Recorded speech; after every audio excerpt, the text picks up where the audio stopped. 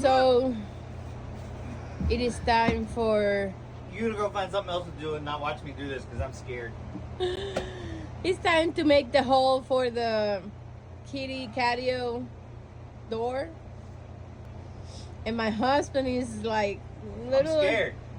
So this is the door that we are using here in the bus. The one in the RV was white, and the design is different because this one you can open it from inside and you can open it from outside, you know, so it's a double like security thing.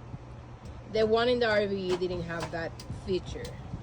So I want you guys to see how awesome is that they include like a cutting template, so you are not wondering, you know, you are not making the measures yourself. They do it for you. You just put it there and cut, you know, you just have to figure it out where to cut it. I think so. That's awesome.